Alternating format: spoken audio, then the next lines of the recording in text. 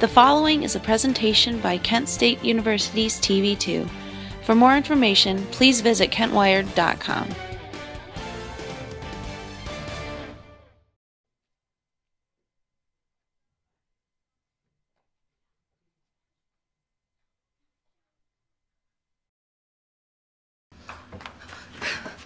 Guys! I just saw him!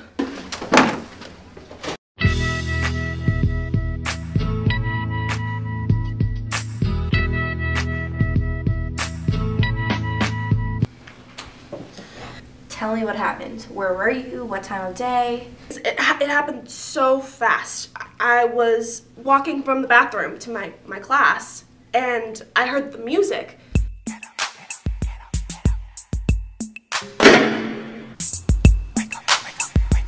And there he was. See, you have to understand, there have been sightings of the Franklin Hall janitor since the early 90s. That's why I wanted to start this video blog to document these stories. Well, my experience with the janitor was a lot like other sightings. It happened at a late night in Franklin. I was working as usual. I had my headphones in, so I didn't really hear anything. Something just told me to look up. And that's when I saw him.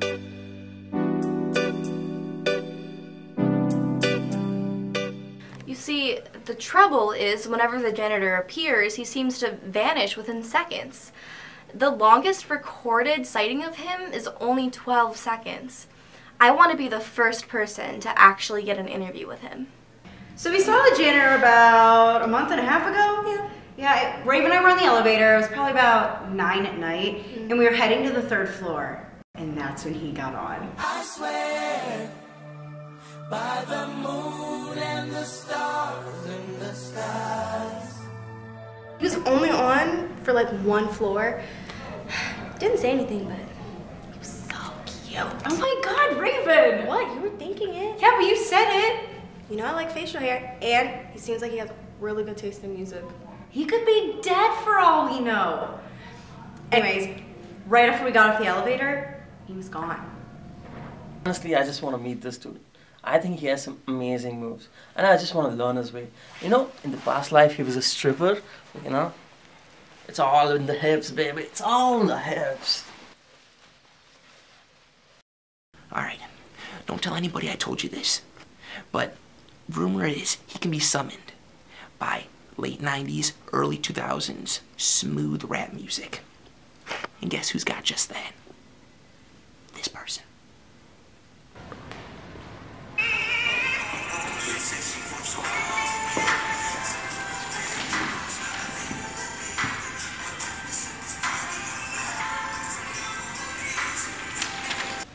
Guys! Somebody just saw the janitor on the 3rd floor. Come on! No!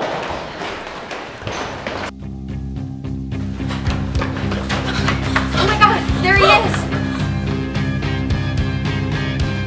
I love myself. I want you to love me. When I feel down, I want you above me. I search myself. I want you to find me. I forget myself. I want you to remind me. I don't know who you are, but I will find you. Live from the Franklin Hall studio at Kent State University.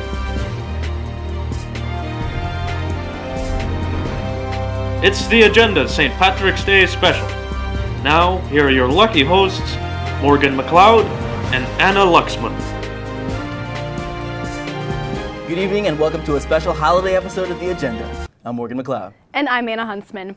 As you know, there are 2 very special holidays this week, and we couldn't decide which one to make our show about, so we're just going to do both. Sounds good to me. I love St. Patrick's Day. I'm glad. Let's get to the news. Ohio had its presidential primaries this week, resulting in Hillary Clinton winning the Democratic delegates and Ohio Governor John Kasich winning the Republican delegates in a very close race with Donald Trump. And it's a good thing he did, because the worst thing in this Republican race would be to lose to Donald Trump in your own state. I miss you, buddy. Delicious cereal company Kellogg's has come under some recent fire when security footage of one of their employees urinating in the cereal mixture was leaked online. In an effort to save their image, they immediately fired their head chef, R. Kelly. In celebration of St. Patrick's Day, we brought on a very special guest for you this evening. Let's just say he had to hire a babysitter to guard his pot of golden coins. Ladies and gentlemen, I'm very excited to introduce this next guest all the way from Dublin, Ireland. Here's Patsy the Leprechaun. I've told you 10 times before, and I don't want to tell you again. My name is Roger O'Connors, and I am not a leprechaun. You are a real catch, Patsy. Now, the viewers at home want to know, what exactly are the technicalities to sliding down the front of a rainbow? For crying out loud. Listen, I've tried to be patient with you, and I'm starting Do you wear padded leprechaun shoes that cushion the impact from such a high velocity? I'm just saying some rainbows are really tall, and that must be hell on your knees. If you would please stop insulting me so I could explain why I'm here. Okay, I'm sorry. Go ahead. Like I said before, my name is Roger O'Connors, and I'm an Irish travel agent. I wanted to come here to talk to you about the beauty of the Irish countryside and the history of the Gaelic language. Nobody ever talks about the breathtaking view from the cliffs of Moher. All they talk about is leprechaun this and leprechaun that. It's just taxing on a person's self-esteem, you know? Okay, so you're like a full-time travel agent and then a leprechaun on the side. No, I'm not a leprechaun at all. How many times do I have to tell you? Leprechauns don't even exist, you daft lassie. I thought they were real. Okay, never mind. Wait, listen, I didn't mean to get angry with you. It's just I never stop hearing that this time of year. It's fine. Yeah, don't worry about it. I had Santa Claus and the Tooth Fairy ruined for me last year, and I was hoping maybe leprechauns were real, but it's fine. Yeah, you know what? I actually am a leprechaun. Really? Oh, I was just yanking your brownie stone at top of the morning to you. Where's me pot of gold? What? A real leprechaun? Well, I'm off to pinch somebody who's not wearing their green colors. Yip, yip. Oh, wow. Thanks for coming on the show, Patsy. A real-life leprechaun. Look what he left. Bucket list complete. Wow, same here, buddy, same here. Well, with today being St. Patrick's Day in a college town, it can be very dangerous downtown. Luckily for you, two very respectable fraternity brothers have some tips on how to survive St. Patrick's Day in Kent. Take a look. Top of the morning to you, Kent State University. It's your amigo, Cambridge Tucker. And as always, my brother in Christ, Tanner West. And together, we're Tuck and Tan. We're part of Kent State's Trillis fraternity, Phi Catherine Zeta. Respect women! And I know what you're thinking, hey Tuck and Tan, why are you drunk at 2:15 in the afternoon? I'm wasted. Well, it's a very special day, isn't it, Tuck? That's right, man. It's the most important day of the year. What day is it, Tan? It's my birthday. St. Patrick's Day. Right, man. Right. It's also the 1-year anniversary of my parents' legal separation. But who's asking? We're both seniors. So this is our last St. Patty's Day on campus. Oh no! And we're going all out. Oh yes! We're throwing the biggest party of all time. And you're invited. This is downtown Kent, or as we like to call it, DTK. Saves time, Tuck. Damn right, Tim. Now I know what you're thinking. This place is a little quiet right now. But come St. Patrick's Day, this place will be lit. Lit by the fires of misogyny and excess. Sad but true, Tan. That's why when you're gonna day drink, you need to pace yourself. Like maybe instead of starting at 9 in the morning, why not a later time? Maybe 8 p.m. By then you'll have enough food in your stomach to be ready for the night.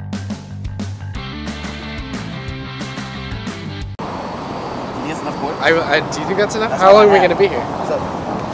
Why start with vodka and other liquors when you can just start with a couple sips of a nice limerita? One time, my bros took me to the bars to take 20 shots on my 20th birthday, and after like 30 minutes, I was like, hey, I don't feel so good. Maybe we should call an ambulance. And they were like, no, you'll be fine. Now I just can't see out of this eye. Alcohol can be fun at parties and coping with the realities of a broken home, but sometimes it can even be dangerous. Yo, remember Break Night 2015? We got so wasted, we burned down the Delta House. They hurt us so bad. They beat us up real bad. They kicked me in the throat. But you took care of me that night, huh? You wrapped me in that blanket that you found in your car, and you told me everything was going to be okay. But we don't have to talk about that right now. Right. Anyway, when I drink, I prefer to do it alone so I don't hurt myself or anybody else. That's what it's all about.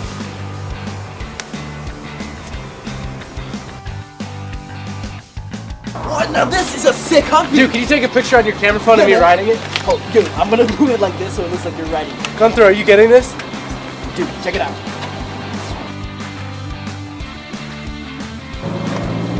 That was Water Street Tavern. That's where I met that drunk girl last year and walked her home. She tried to kiss me, but I didn't feel good about it because of her drunken state. The next morning, she did not even remember it. So all things considered, I think I made the right choice. A kiss is just a kiss, Tuck. That is not what we do, man. Don't you read the handbook? Even I forget sometimes, okay? Brewski's on the brain? Brewski's on the brain, you know, man.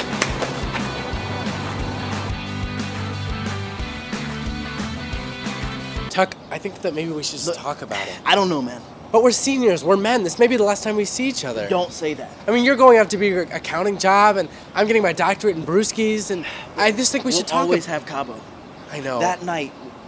Okay. Anyway, it's almost 7:30. We have a party to go to. We'll talk later. All right? Okay. I love to party. Here we are, Casa de Zeta. This is where it all happens. We got our decorations all set up. 6. Ready to go? Nice. Now we just wait for the Mad Honeys to come, and this party's moving. That is right, my brother. Any second now. Right. Like 5 minutes tops. It'd be weird if they weren't here in like 4 minutes. 3 minutes. They're probably all stuck in traffic. Turnpike's pretty bad. Back up on Honey Street. Yeah.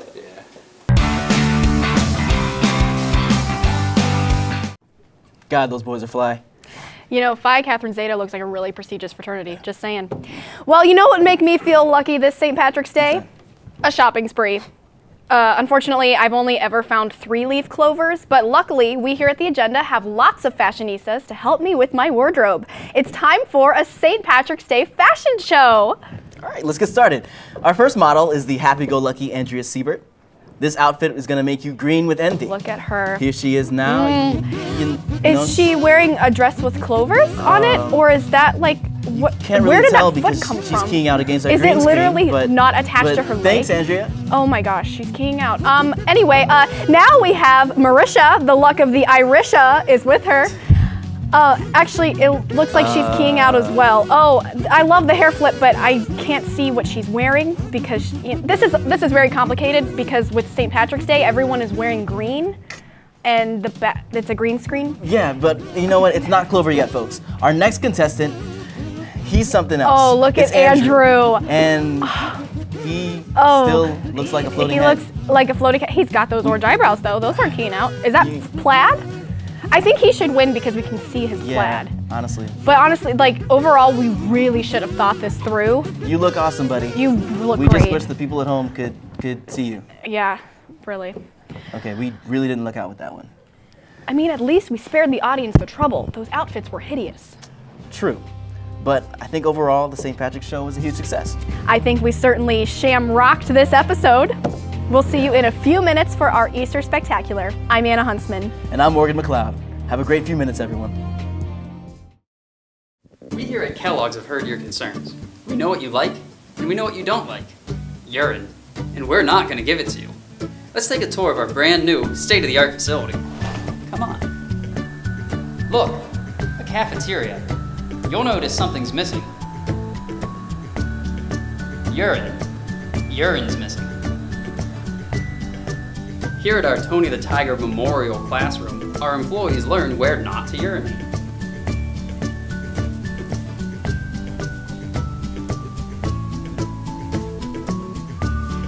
Here in the bathroom, there's no urine. Wait, no, they can go in here. There's urine in here. Nowhere else though, not in the cereal. Just here.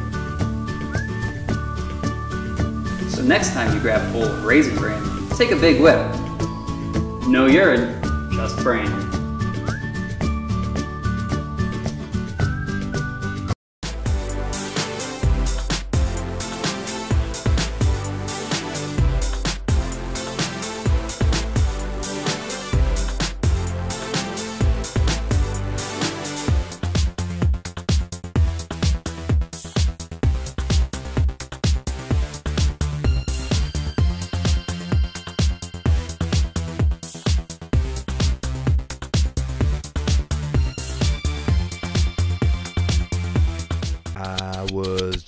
Again when I ain't nothing to do, so I thought, let me check what's going on around school. Grab the remote, flip straight to TV2. I never knew they had a show for you. the viewer. A show asking who are you interested in? What's going on in daily life? What is happening? What's up with Jay-Z and Kanye? And maybe CLE will win a ring someday. You got opinions? Well, go ahead and tell us what you think. We got a website. Just go on there and you can start voting. Oh, snap. I forgot to say the show's name. Let me reverse. This is the best show, KS Universe. Well, folks, it's time to kick it old school. Yeah.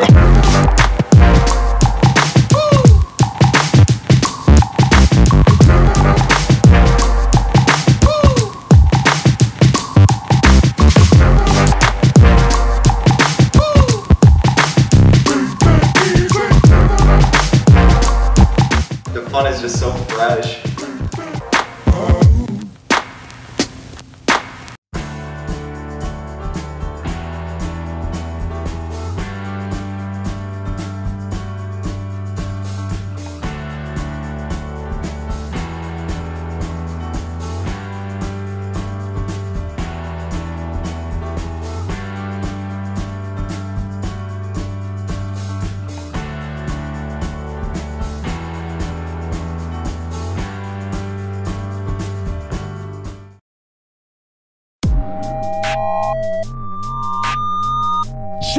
Chet!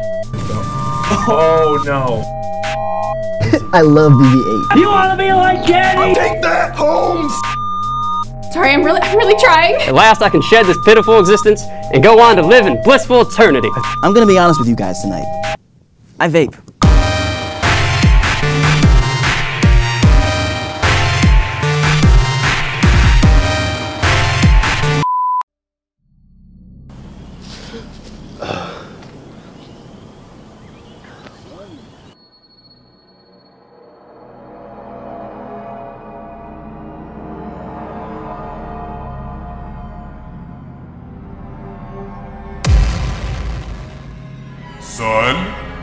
Son? Dad?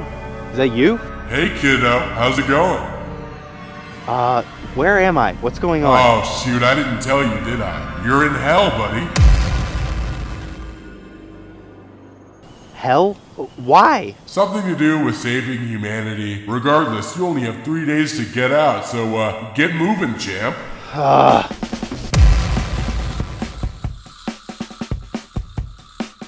Look out!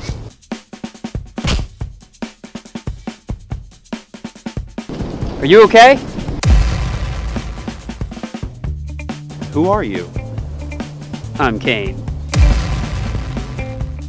You looking for someone? I know everyone. How's that?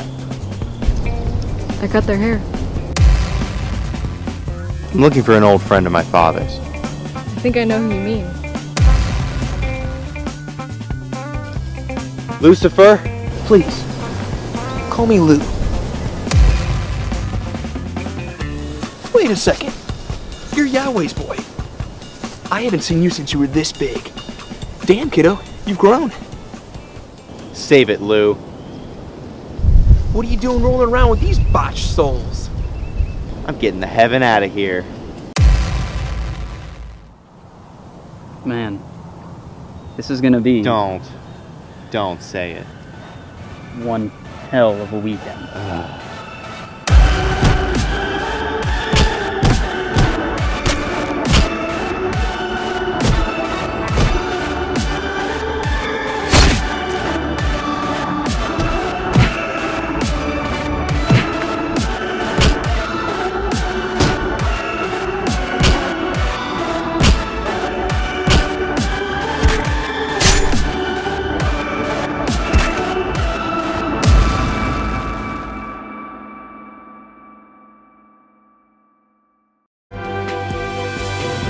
Live from the Franklin Hall Studios at Kent State University,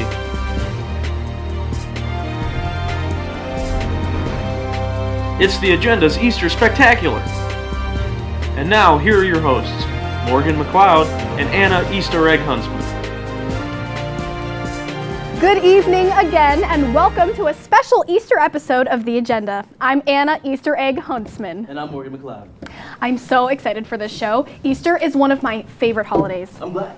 Let's get on to the news. Thanks, Anna. Hey, Rabbit Boy! Thank you so much. I'm so happy happy to be here. Oh man, This is so much more spacious than my rabbit hole. Oh, aren't you a treat? Yeah, I am. So do you have any funny jokes for us about the big Easter holiday? Sure. Sir, my girlfriend, I guess not my ex-girlfriend, she was being a total hare when she wouldn't let me buy this carrot I wanted. One of those F200 series, you know the one, real orange. Anyway, she wouldn't let me have it, so I left her, had to thump her. I was even gonna propose to her too, return the ring and everything, all 24 carats. Oh, this wasn't really what I was expecting. But it's all better now. I'm actually married now to someone else. Well, that's good. But it's not all sunshine and carrot cake, guys. I keep trying to tell my wife that I'm not ready for any big commitment. But we just had our 40th kid, so I think that ship has sailed. Well, Rabbit Boy, if I can interject. What else? Things are actually pretty bad at home. I'm away on the road a lot, and my wife said to me recently, you're out of the house so much, the kids don't even know you anymore. These kids need a father, not a comedian. Do you even care? I say, honey, I'm a rabbit. I don't care at all. Okay, well, you're a Candace Short Ears Rabbi's talking. Anyway, Easter's a really busy time for me. I gotta get all the sweet treats ready for the kids. Sometimes the kids get picky about what kind of sweet treats they want, and I say to them, well, you know what I say, and I say, get off my tail. Right. Well, I do a lot of stand-up shows, and people really like my comedy. And a lot of people come up to me after my shows. They say, hey, Rabbit Boy, who's your biggest comedy inspiration? I say, hey, you know it's Carrot Top. Well, thank you Yeah, so no problem. much for Hey, if coming you on. guys are free this weekend, come on down to the Bunny Stop in Cuyahoga Falls. I'm opening up for my friend Roger. You may have seen him on MTV. Show starts at 7, only 5 drink minimum. Right, only a 5. Right. Well, that guy wasn't bunny at all. This past Tuesday was the start of March Madness, which means a lot of people are making their own predictions about the winners. Our very own Mark Fleming has a March Madness bracket of his own. Check it out. Everybody knows about March Madness, the yearly NCAA basketball tournament that your dads get in fights with their work buddies about. But today I'm going to tell you about something slightly different. Mark Madness, a tournament-style fight to the death between select agenda members. So without further ado, let's begin. Now for my bracket predictions. In our first matchup, we have Austin v. John. And although John is very... This past Tuesday was the start of March Madness, which means a lot of people are making their own predictions about the winners. Our very own Mark Fleming has a March Madness bracket of his own. Check it out. Everybody knows about March Madness, the yearly NCAA basketball tournament that your dads get in fights with their work buddies about. But today I'm going to tell you about something slightly different. Mark Madness, a tournament-style fight to the death between select agenda members. So without further ado, let's begin. Now for my bracket predictions. In our first matchup, we have Austin v. John. And although John is very cute and cunning, I think that in this match, Austin will see past it and use his brute strength to beat John like an old rug, winning the match. And now for our second matchup, PJ v. Marisha. Although PJ is classically trained in jiu-jitsu, I believe that Marisha's grit, determination, and Glock 57 pistol will be enough for her to get the victory in this one. Okay, on to our next matchup, Wolf v. Squam. Now, although Squam is a crafty competitor and will do almost anything to win, Wolf is simply insatiable. He will walk away with the victory in this one unquestionably. And moving directly on to our next matchup, Abby v. Jeremy. Jeremy, who begged to be in this competition, will get off a few hard hits early, but after everybody realizes that he's no longer on the show, Abby will win by default. Moving right on to our fifth matchup of the first round, we have Alex v. Andrea. This would be an exciting match, I'm sure, but dealing with a struggling stand-up career, Alex will take a dive just like the corporate sponsors paid him to. And we've come to our sixth matchup, Jimmy v. Sam. And although Sam is a crazed competitor who's certainly out for blood in this competition, it is my belief that he simply will not be able to bring himself to hurt Jimmy, the agenda's dreamiest member, giving Jimmy the victory in that one. And with that forfeit, we move right along to the next match, Anna v. Morgan. Now, these two have spent a considerable amount of time together at the desk and certainly know each other's strategies, but I have to give the victory to Morgan on this one just based on his gorgeous, gigantic muscles. On to our final match of the first round, we have Devin v. Raven. And in this matchup, I believe Devin will try to intimidate Raven right before the match starts using his razor-sharp wit, but he will stumble over his words looking like an idiot in front of the entire crowd and then will run away from the match. leaving Raven to dance in celebration. On to the second round. Our first matchup is Austin v. Marisha. And it's Marisha's lucky day as Austin's roll call friends show up to heckle and make fun of him from the sidelines, ruining his concentration and letting Marisha slip past him for the easy victory. Okay, and on to our next match, Wolf v. Abby. Wolf will win this match using techniques that cannot be discussed because of Wolf's increasing paranoia that he will be discovered as the true Zodiac killer. Moving on to our next matchup, we have Andrea v. Jimmy. Now, Jimmy, brought up like a true gentleman in a proper Republican household, could never quite bring himself to hit a girl, so Andrea will win the match by default. And then, rolling right into our final match of the round, we have Morgan v. Raven. And Morgan will certainly have his work cut out for him in this one. I think even despite his strength, intelligence, and smooth, sexy voice, Morgan won't quite be able to overcome the scrappy attitude that Raven brings to the table in this match. Okay, we have now reached the point in the tournament called the Ferocious Four, and if my predictions are correct, it is at this point that 3 of the 4 remaining contestants will realize how scary it would be to fight Wolf, and they'll skip the formalities, crowning Wolf champion right then and there.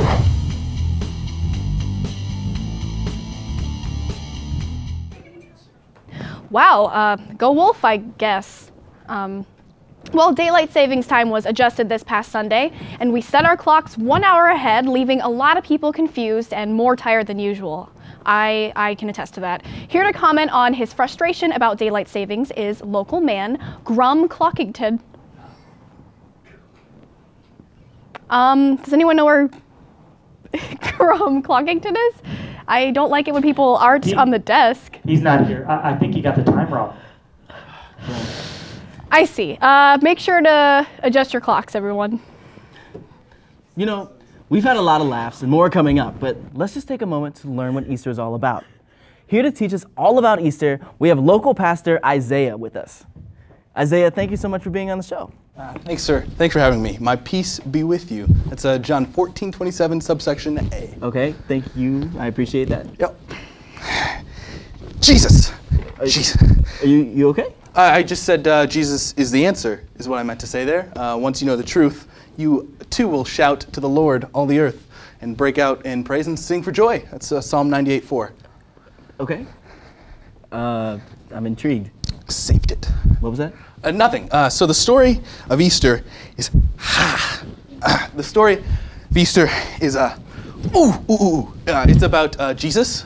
He dies, and then God brings him back to life after 3 days. Isaiah, are you all right? You seem to be in pain. Oh yeah. I'm good. It's just a minor injury is all. Well, I was on one of my many mission trips, which you can donate to in the link below. There's no link, Isaiah. Right, so I was preaching about how the Lord rebuked the storm in Luke 8:24, and to demonstrate what rebuke is, I boldly stepped out of my safari jeep, much like Jesus walked out of the boat onto water, where he walked on. We walked up to the lions that were passing by, and I calmed them right down. And that worked? Of course it did, at least for a few moments, and then they turned on me, so I hightailed it back to the jeep. You know, that's amazing that you made it out of there in one piece. Is it though? For we all know that all things work for the good of those who love God, Romans 8:28. So I had complete faith that I would leave that lion's den unharmed, and I mostly did. Mostly? Well, my sinful half was taken from me. Your sinful half? What does that mean? My PU stuffer? What does that mean? My butt. Okay, yeah, just go away. Yep. Okay. That guy makes me miss youth Pastor Jason. Oh, we love youth Pastor Jason. Well, I certainly feel enlightened after this Easter episode. Morgan, I think you mean egg whitened. Nope, definitely meant enlightened. Oh, all right. Anyways, that's all we have for you guys. Have a great St. Patrick's Day, a great Easter, and an even better spring break. Good night, everyone.